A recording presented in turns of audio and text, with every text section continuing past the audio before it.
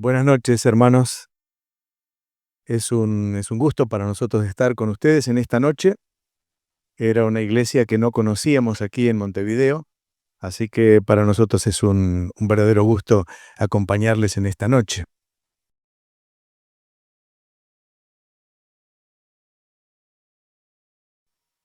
Ahí va. Muy bien, gracias. Em, bueno, ya dijo Ale que estamos en llamada y ya dijo algo que yo quería decir también esta noche. Esta iglesia la queremos mucho, pero tiene un defecto. Se los voy a decir públicamente. Bueno, uno, suficiente. Y demasiado defecto. Se dedican a llevar chicas de nuestra iglesia y traerlas para acá. Y ya hemos dicho que prohibido que lleven otra más. Es más, todas las chicas que están allá están todas comprometidas, todas con novio, y si no ya tienen novio por delante o lo que fuera. Pero basta de llevarnos chicas de allá, porque además se nos llevan las mejores. Con lo cual, cada vez que se lleva una chica sufrimos por allá. Así que ya es broma, por supuesto, y nos alegramos mucho de que tanto Marina como Susana estén aquí y puedan compartir el ministerio que ya tenían allí en la iglesia nuestra y lo puedan seguir desarrollando acá donde el Señor las lleve. Es una bendición saber que no solamente están casadas con hombres de Dios, sino que también pueden desarrollar sus ministerios aquí. Bueno, después de toda broma y con el saludo para los hermanos, creo que Nelson estaba también, ¿no? Así que un saludo especial para Nelson, que lo conocemos bien hace muchos años y vemos también hermanos que conocemos de muchos años aquí. Vamos a la palabra de Dios en esta noche y les invito a leer unos versículos en Filipenses, el capítulo 4. Carta a los Filipenses, el capítulo 4, y vamos a empezar a la lectura en el versículo 1. Filipenses 4 y versículo primero.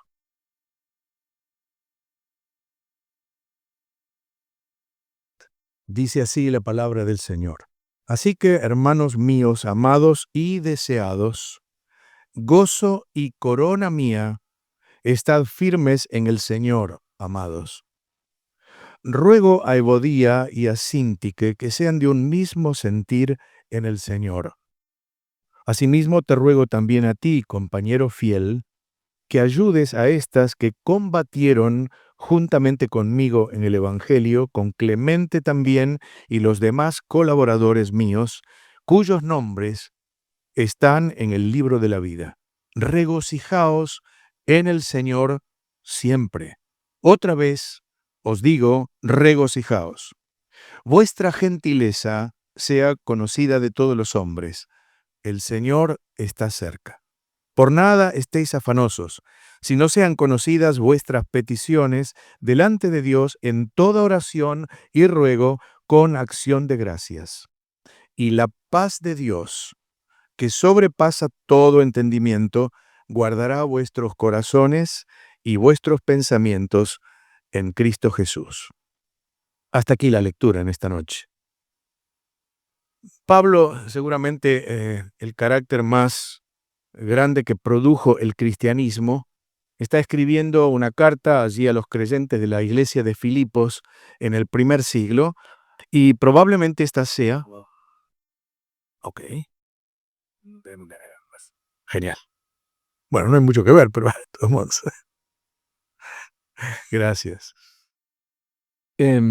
Está escribiendo, decíamos, una carta cordial, una carta gozosa, y sin embargo es una carta que necesitan los filipenses para corregir algunos defectos. Uno piensa en la iglesia en Filipos y como es una carta así llena de gozo, se repite tantas veces esta palabra, uno piensa que es una iglesia que anda perfectamente bien, que no tiene ninguna fisura, que realmente está creciendo, que probablemente hubiera crecimiento y una iglesia gozosa y una iglesia realmente activa y dinámica. Sin embargo, una iglesia que necesitó el consejo de Pablo y vez tras vez, a través de toda la epístola, hay un llamado a la unanimidad, a la unidad y a la unanimidad. Unidad es una cosa, unanimidad es otra. Unanimidad es tener un mismo proyecto, un mismo objetivo, de estar juntos, unánimes, un alma, y entonces trabajar juntos, andar juntos, crecer juntos, servir al Señor juntos. Y esto es lo que tal vez pasaba en la iglesia allí en Filipos, por lo cual Pablo, que no está en un lugar cómodo, está en una cárcel y está escribiendo para los creyentes, está dirigiendo esta carta para que los cristianos del primer siglo entonces tengan una serie de cosas que desarrolla en estos versículos que son tan necesarios para esa iglesia y también para nosotros en el siglo XXI. Siente por los creyentes un amor muy especial. Pablo no solamente dice que son amados, sino también deseados. En el primer capítulo, él dice, cuánto os amo en las entrañas de Jesucristo. Y la palabra amo allí es añoro. En realidad, la idea de Pablo es que él los añora. Añora a sus hermanos, añora estar con ellos, añora compartir con ellos. Y esta actitud es una actitud preciosa del apóstol que también podría y debería ser la actitud de cada creyente. Me acuerdo de Daniel el profeta. Daniel el profeta estaba en una nación totalmente ajena a él, en un idioma que no conocía, en una religión, un contexto absolutamente pagano. Y Daniel oraba, aunque la Biblia lo decía así, la ley lo comentaba así, con los ojos puestos en Jerusalén. Abría sus ventanas, miraba a Jerusalén, era la ciudad amada, querida por él, añorada por él, y él amaba a su pueblo, añoraba a su pueblo y estaba como acercándose de esa forma a su pueblo. Bueno, Pablo hacía lo mismo con los creyentes y es una actitud maravillosa que toda iglesia debería tener, añorar a los hermanos. Con honestidad, añoro volver a la iglesia nuestra, añoro volver otra vez a compartir con los hermanos allí en Munro nuestras actividades. Me siento muy feliz aquí y sirviendo al Señor, o nos sentimos felices y sirviendo al Señor, pero uno añora justamente eso. En Hechos capítulo 4 hay una expresión muy interesante también. Allí están los discípulos, Pedro, o los apóstoles, Pedro y Juan. La iglesia está orando por ellos porque habían estado encarcelados, etcétera, y dice, volviendo a los suyos. Volviendo a lo suyo. Me encanta esa expresión, me recuerda aquella expresión también del Señor Jesucristo en Juan 13, donde dice que habiendo amado a los suyos, los amó hasta el fin. Son nuestros hermanos, somos hermanos en la fe.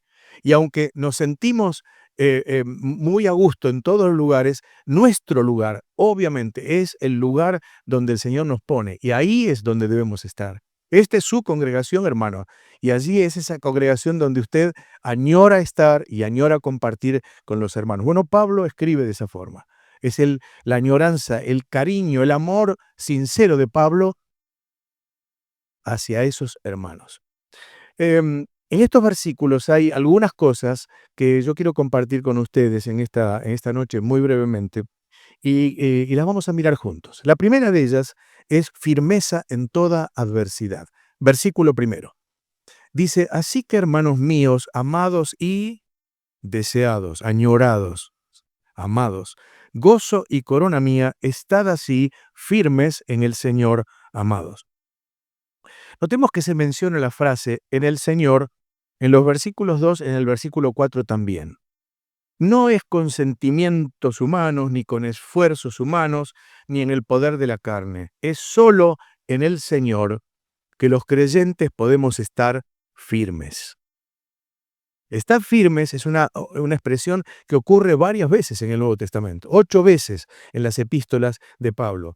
El concepto que abriga esta palabra, estar firmes, en el original es estar en pie, es permanecer en una posición de firmeza sin ceder terreno. Como un soldado que no deja lugar al enemigo, que no cede lugar para que el enemigo avance, que haga un pie en la playa y entonces con eso pueda conquistar. El creyente está firme en el Señor. Y es una acción continua. La idea es continuad estando firmes. Porque en el griego los presentes son siempre de continuo. Entonces hay una dinámica en eso. Entonces dice el apóstol acá, estad firmes, continuad estando firmes. Se supone que un creyente tiene que estar firme. La idea es que siga estando firme, pero siempre en el Señor. Hay unas expresiones como, por ejemplo, debemos estar firmes en la libertad de Cristo, o en un mismo espíritu, o en la obra del Señor, o en la fe, en la doctrina. pero siempre, siempre la firmeza es en el Señor. Hermanos, los tiempos que vivimos no son mejores que los que vivían aquella iglesia. Necesita también la iglesia de Dios hoy más que nunca estar firme. Las amenazas que hay a la doctrina, a la unidad de los creyentes, a la integridad de la vida, a la moral y espiritualidad del creyente, hace que el creyente necesariamente deba estar continuamente firme en el Señor.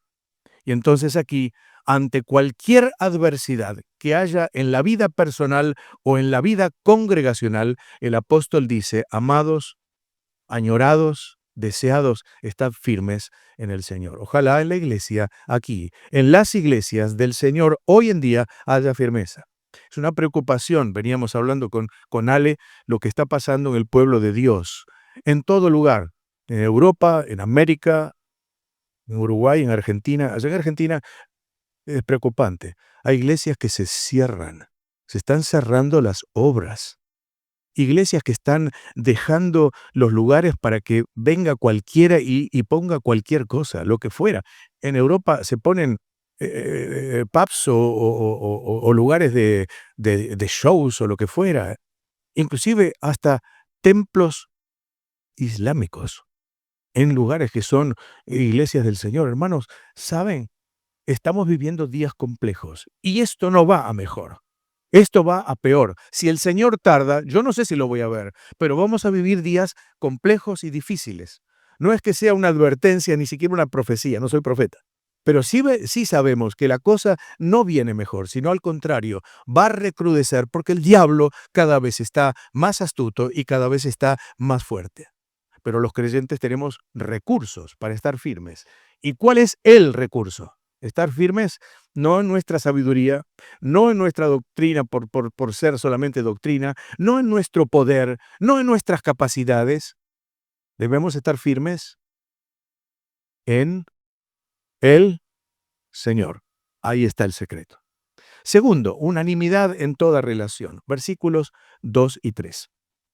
Dice: ruego a Evodía y a Síntique que sean de un mismo sentir, unanimidad en el Señor. Asimismo te ruego también a ti, compañero fiel, que ayudes a estas que combatieron juntamente conmigo en el Evangelio, con Clemente también y los demás colaboradores míos, cuyos nombres están en el libro de la vida.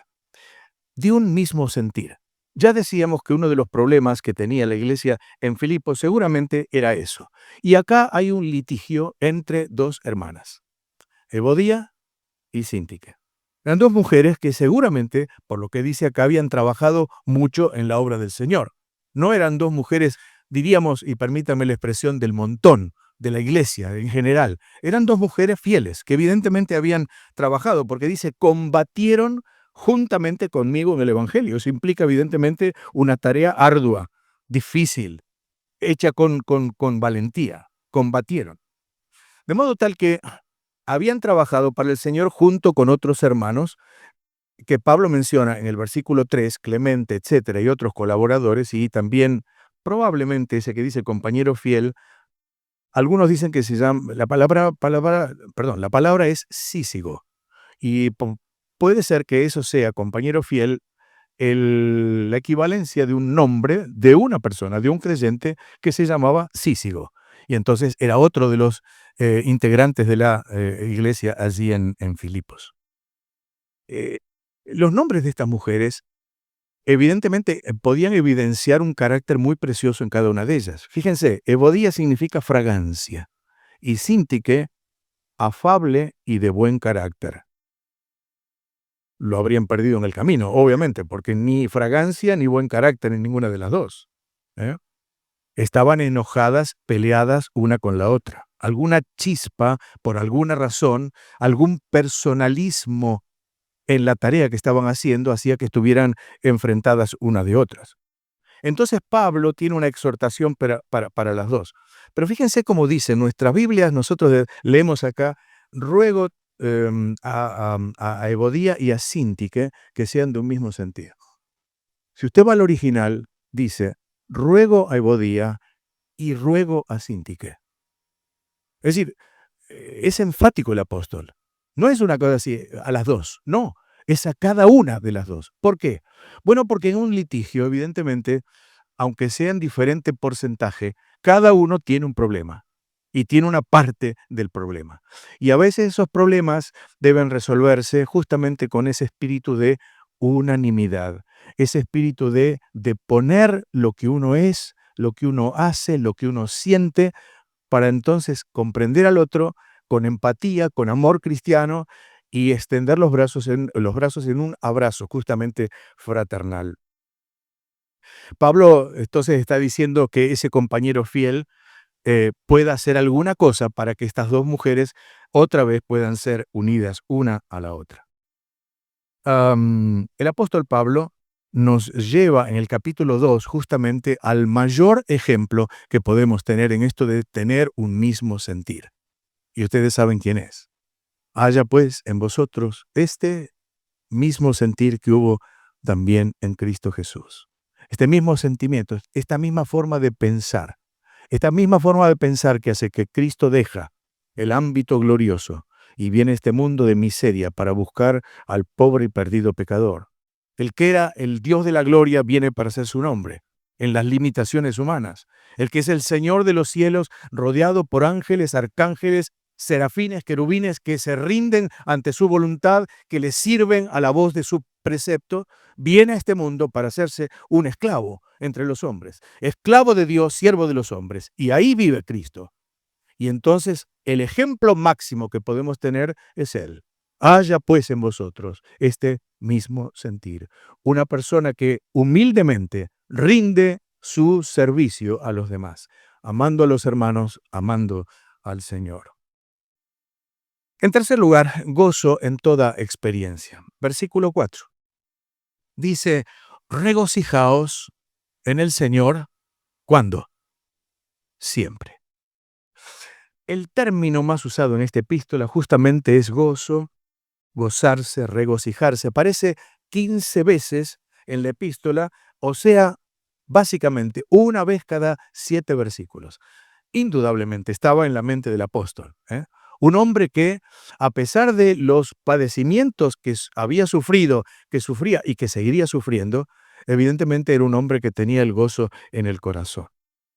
¿Qué es gozo? Gozo se puede traducir como alegría, ¿verdad? Alegraos en el Señor, podría ser. Pero gozo es mucho más que alegría. Alegría podría ser algo pasajero, algo debido a las circunstancias. El gozo supera las circunstancias. El gozo permanece aun cuando las cosas no van bien, aun cuando hay adversidad en la vida, porque el gozo no necesita de motivos humanos, circunstanciales, para poder expresarse en la vida. El gozo es, otra vez, en el Señor. ¿Gozaos? ¿En quién? En el Señor. Y cuando todo cede y todo pasa, y cuando hay circunstancias que hacen doler el corazón, y cuando la lucha es fuerte, y cuando las necesidades son acuciantes, y cuando el dolor permanece, y cuando la soledad puede llenar el corazón, entonces el creyente igual puede tener gozo en el corazón, porque el gozo no está en lo externo, está en el interior del alma y está en el Señor. Es un elemento divino, es un fruto del Espíritu, amor, gozo. Por lo tanto, una vida llena del Espíritu, controlada, gobernada por el Espíritu de Dios, es una persona gozosa, a pesar de las circunstancias de afuera. Siempre me conmovió ver y oír a cristianos así gozosos. Y yo conocí dos hermanas en la congregación que fueron para mí un ejemplo inmenso de gozo. Aún conozco muchos más, pero estas dos siempre impactaron mi vida. Dos hermanas ya ancianas. Una se llamaba Doña Julia y la otra se llamaba Doña Genoveva. Doña Julia vivía en una casa. Sobraba esta plataforma para hacer la casa de Doña Julia, sobraba. Yo decía que era una casa de muñecas porque tenía una cama chiquita, una mesa chiquita, una silla chiquita, tenía dos en realidad, dos sillas, ¿sí? Y todo era pequeñito, todo y ahí vivía Doña Julia. Nunca escucharon ustedes quejarse a Doña Julia. Era una mujer evangelista. una mujer que realmente amaba al Señor. Una mujer que no dejaba títeres sin cabeza, como decimos, ¿eh? Cada persona que se le cruzaba recibía el mensaje del evangelio, pero siempre gozosa. Yo la iba a visitar para consolarla, porque era viejita, porque ya tenía sus años y sus enfermedades, y yo salía lleno. Era increíble. Iba a dar consolación y yo salía consolado. Iba a tratar de darle un poco de alegría y yo salía contento. Con la otra hermana pasaba igual, una santiagueña preciosa que, que me hacía empanadas picantes, porque los santiagueños allá hacen empanadas picantes, a mí me gustaban en aquel tiempo, ¿verdad?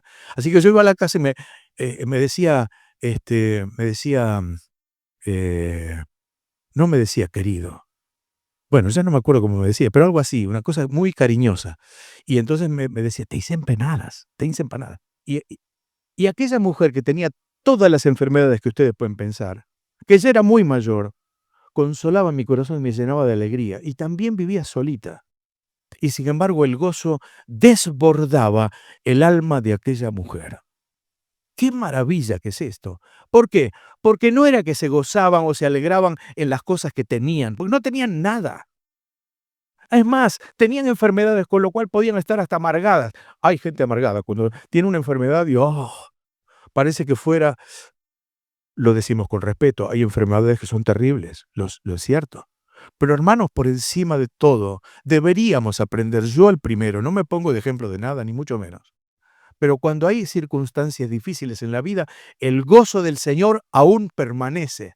Y la Biblia dice, gozaos en el Señor, ¿cuándo? ¿Cuándo? ¿Cuándo? Siempre. ¿Qué siempre? Cuando las cosas andan solo bien. Ustedes cantaron una canción hoy que me gustó mucho. Tiene un par de canciones muy lindas acá. Este, dice, esa paz que siento en mi alma no es porque todo me va bien, ¿es así? Bueno, yo voy a cambiarle la letra. Ese gozo que tengo en mi alma no es porque todo me va bien. Y es así. Y es una bendición. Cantarlo puede ser fácil, vivirlo es más complicado. Pero la Biblia nos dice, gozaos en el Señor siempre. Hay un salmo, el Salmo 16, que el salmista dice, oh alma mía, dijiste a Jehová, tú eres mi Señor, no hay para mí bien fuera de ti. Sigue cantando el salmo y dice, el Señor es la porción de mi herencia y de mi copa. En otras palabras, tú eres mi Dios, eres todo lo que tengo, tú llenas mi vida y me das seguridad. Y agrega esto, lo leo de otra versión. Bellos lugares me han tocado en suerte. Preciosa herencia me ha correspondido. Yo te bendigo por los consejos que me das, dice el salmista. Tus enseñanzas me guían en las noches más oscuras. Siempre tengo presente al Señor, con Él a mi derecha, nada me hará caer. Por eso tengo el corazón lleno de gozo. Mi boca está llena de alabanzas. Todo mi ser descansa en tranquilidad, porque me mostrarás la senda de la vida, y en tu presencia hay plenitud de gozo, delicias a tu diestra para siempre. Alguien dijo que un creyente que está satisfecho en el Señor tiene todas las cosas en Cristo cuando le son dadas y tiene a Cristo en todas las cosas cuando le son quitadas. Y ese creyente vive gozándose en el Señor siempre. Cuarto lugar, gentileza en toda relación. Versículo 5, la primera parte, dice así, vuestra gentileza sea conocida de todos los hombres. ¿Qué es gentileza? Gentileza es amabilidad, es mesura, es bondad, generosidad, condescendencia, cordialidad, comprensión, consideración y hasta indulgencia hacia los demás en ciertos aspectos. Pero esto no significa que uno tenga que transigir en lo moral o en lo doctrinal o en los principios de la Biblia. Sin embargo, acá nos dice que seamos gentiles. Es un creyente sin prejuicios, sin preferencias. Es un creyente que hace lo que quisieran que hicieran con él. y entonces es gentil con los demás. Puede incluir también en este caso la misericordia o la clemencia frente a las faltas y a las fallas de los demás. Y esto cuesta muchas veces, es cierto, porque todos nos ofendemos muy fácilmente, por lo menos en general lo digo. Y después de la ofensa, comúnmente viene el enojo, y luego la crítica y la grieta, y luego el distanciamiento, en vez de, en todo caso, la oración intercesora de unos por otros. La Biblia dice que todos ofendemos muchas veces. Y Santiago 3:2 añade, si alguno no ofende en palabra, este es varón perfecto. No dice varón porque Santiago siempre emplea la palabra varón, pero está hablando en general. Si es varón o mujer perfecta, completa, capaz también de refrenar todo el cuerpo. Un cristiano espiritual, queridos hermanos, trata de mantener una conducta así, decente y además gentil hacia los demás. No es rudo, sino cortés. El amor genuino que siente por los demás modula sus pensamientos, sus palabras y sus acciones. A veces hay creyentes que dicen, bueno, yo soy así, que me aguanten como soy. Pero eso no siempre está bien, ni siempre hace bien. No es cuestión de ser como uno es y que los demás lo soporten. Es cuestión de ser, como dice la Biblia, gentil con los demás, amando a los demás por encima de todas las cosas. Una cosa es ser franco y veraz, sin doblez, y otra cosa es ser rudo y descortés. Había un hermano en la congregación muy fiel, no faltaba un culto, ni ahí, pero era tosco, y te decía las cosas y te las decía así de frente, pero mal, mal.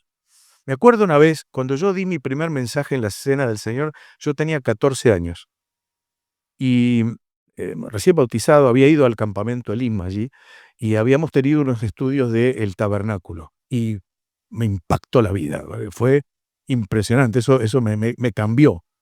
Y llegué a la iglesia, entonces tomé una de las cosas que había escuchado y lo di en la Cena del Señor. Y termino el mensaje, chico de 14 años, y me agarra un hermano grandote, era italiano, pobre, hablaba así, medio torcido. Me dice, pibe, eso que dijiste son toda macana. Y yo lo miré y fui a casa y revisé todo lo que había dicho, y no eran macanas, era cierto, pero al hombre le pareció que eran macanas, y ahí, claro, me causó una impresión, y después me costó un poco volver otra vez a predicar en la cena, porque tenía miedo que el italiano el hermano no por ser italiano, nada que ver, sino que este hermano me viniera a reprochar otra vez. Bueno, oigan, siempre me acuerdo de don Francisco La Cueva. Una vez, esto me lo contaba Samuel, estaban en la ciudad de Vigo, en la iglesia, y un hermano subió a dar un mensaje y ese sí, que había dicho alguna macana, ¿no? Se puede decir esa palabra aquí, ¿no? ¿Sí, está bien? Ok, puede ser. Y había dicho alguna cosa que no estaba bien. Y resulta que cuando bajó, me decía Samuel, mira la calidad de este hermano de La Cueva, que era un monstruo en teología, ¿verdad? Dice, hermano, usted dijo tal cosa y tal cosa y tal cosa. Dice, ¿por qué no lo ve así? Y entonces le dijo lo que realmente ese pasaje quería decir. ¿Por qué no lo ve así? No le dijo, está equivocado. Mire, no lo diga más, por favor, es una barbaridad. No, ¿por qué no lo ve así? Siempre me acuerdo, es lo que hacían aquellas dos, Aquila y Priscila, ¿recuerdan? Cuando agarraron a Apolos y le enseñaron más propiamente el camino del Señor. Pues esa gentileza, esa forma de decir las cosas con dulzura, con cortesía, con consideración hacia los demás. Y eso es lo que Pablo está diciendo acá. Y es lo que evidentemente a cualquiera de nosotros nos hace falta. La gracia, hablar con gracia hacia los demás. Bueno, quinto, confianza en toda necesidad. Dice el verso 6. Por nada estéis afanosos, si no sean conocidas vuestras peticiones delante de Dios en toda oración y ruego con acción de gracias. La palabra afanosos significa preocupados. Por nada estéis preocupados. Ahora bien, la palabra esta de preocupación tiene dos facetas. Una, diríamos, negativa y una positiva. Pablo tenía una preocupación y era positiva cuando escribe en 1 Corintios 12:25 y dice que no haya desavenencia en el cuerpo, sino que los miembros todos se preocupen unos por los otros. Esa es una buena preocupación. El pensar en las necesidades de los demás, en el estado espiritual de los demás y hacer algo por ellos. Siempre digo que cuando uno viene al culto puede venir de dos formas. O viene, se sienta y se va, y escucha y canta y todo bien, todo bárbaro. O uno viene preocupado por alguien. ¿Por qué por alguien? Porque uno sabe alguien que tiene algún asunto, algún problema, alguna necesidad espiritual. Y uno ora antes de salir de casa y dice, Señor, guíame para ver a esa persona o a alguien que necesite. Entonces uno está pendiente porque está preocupado por la salud de los hermanos y se acerca a uno y le escucha y le atiende el problema y otro le dice, hermano, estoy orando por usted, y otro dice, bueno, este es el consejo que le puede dar, etcétera. Hermano querido, la necesidad de la iglesia es en todos lados igual. Y seguramente aquí, eso supongo, hay hermanos necesitados también. Y le pregunto en esta noche, permítame hacerlo como si lo hiciera en mi congregación, ¿cómo viene usted al culto? Usted viene, se sienta y se va y es lleno de la palabra y de alegría al cantar las alabanzas del Señor, o viene preocupado en este sentido por algún hermano que necesite su palabra, su consejo. Cuando en una iglesia hay una red de amor y de comprensión y de preocupación unos por otros, la iglesia atiende las necesidades y tiene ese cariño especial por aquellos que necesitan nuestra ayuda. Pida al Señor eso. Hace poquito Lili estuvo en la iglesia, estuvo dando un curso de aconsejamiento y decíamos esto, es importante, no porque, digamos, sea solamente un curso de discipulado, sino el curso de aconsejamiento para acompañar uno a otro, para ver cuál es el hermano que necesita y entonces decir, bueno, Señor, guíame, ayúdame para poder ayudarle. Eso es un poco lo que quiere decir la palabra preocupación, preocuparnos unos por otros. Pero en nuestro versículo puede tener una connotación negativa y entonces se trata de las preocupaciones de la vida. Es la preocupación de la parábola del sembrador, aquella semilla que cayó junto a espinos, ¿recuerdan? Y entonces dice que es aquel que oye la palabra y el afán o la preocupación de este siglo y el engaño de las riquezas ahogan la palabra y la hace infructuosa. Es la preocupación que tenía María, o más bien Marta, no María, Marta, una gran mujer Marta. Me pueden creer que cuando estudié a Marta me sorprendí de lo que es aquella mujer. Uno siempre tiene o tiende a pensar María allá arriba y Marta pobre, es la que estaba preocupada. Marta era una tremenda mujer, pero en aquel momento estaba preocupada más de la cuenta. Se había pasado de preocupación y estaba haciendo cosas que realmente el Señor no necesitaba. Bueno, esa es la preocupación de la cual habla aquí entonces. Y muchas veces esa preocupación, esa inquietud, esa ansiedad domina la mente de los hombres y también de los creyentes. Dice el apóstol, el Señor, en Lucas capítulo 12 y versículo 29, que no debemos estar ansiosos o preocupados en ansiosa inquietud. Ansiosa inquietud. Alguien dijo que la depresión viene por los problemas del pasado, el estrés del presente y la ansiedad por el futuro. Y a veces estamos así. Problemas del pasado, estrés por el presente y luego ansiedad por el futuro. ¿Y cuál es el remedio para todo esto? Por nada estéis afanosos. ¿Cuál es el remedio para esto? Pues la oración. Ir al Señor, llevarle nuestras inquietudes, como dice 1 Pedro capítulo 5 y versículo 7, echando toda vuestra ansiedad sobre Él. Alguien dijo que se podría traducir así, porque Él tiene ansiedad de vosotros. Qué interesante. ¿Dios tiene ansiedad de mí? Claro que la tiene. Tiene ansiedad de que yo esté cerca de Él, de que viva con Él, de que descanse en Él, de que tenga gozo en Él a pesar de todo. Bueno, muy bien, es echando toda vuestra ansiedad en Él. Hay un versículo en el Salmo 55 que dice, echa sobre el Señor tu carga y Él te sustentará. Muy bien, había a unos labios que se movían así. Y Él te sustenta. ¿Qué es sustentar? Pues te tiene, ¿verdad? Te soporta. ¿eh? Entonces, echa sobre el Señor tu carga, tu ansiedad, que Él te va a soportar. Bueno, finalmente, para terminar, paz en toda circunstancia. Versículo 7. Dice, y la paz de Dios, que sobrepasa todo entendimiento, guardará vuestros corazones y vuestros pensamientos en Cristo Jesús. Es la paz del Dios de paz. Miren, el versículo 9 dice, el Dios de paz estará con vosotros. Cuando uno tiene paz con Dios y el Dios de paz está con nosotros, evidentemente es esa paz de Dios la que gobierna nuestros corazones.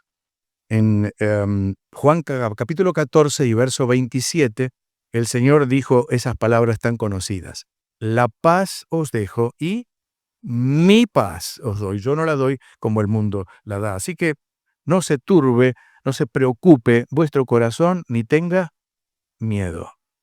No sé si aquí, pero allí en Argentina hay encuestas sobre los problemas de los argentinos y siempre van variando. Si no es la inflación, es la inseguridad. Y si no es la inseguridad, es la falta de trabajo. Y si no es la falta de trabajo, vas a ver un montón de cosas. Hay como 8 o 10 cosas allí. La gente está con esas ansiedades y esos miedos. Que la paz del Señor, y no lo digo trivialmente, porque no es trivial, porque es real.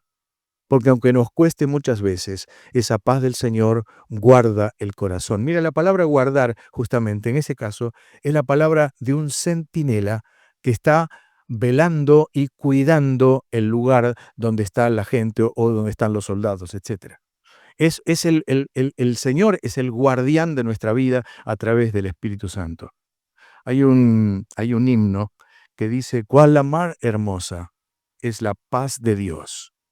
Fuerte y gloriosa es eterna paz, grande y perfecta, premio de la cruz, fruto del Calvario, obra de Jesús.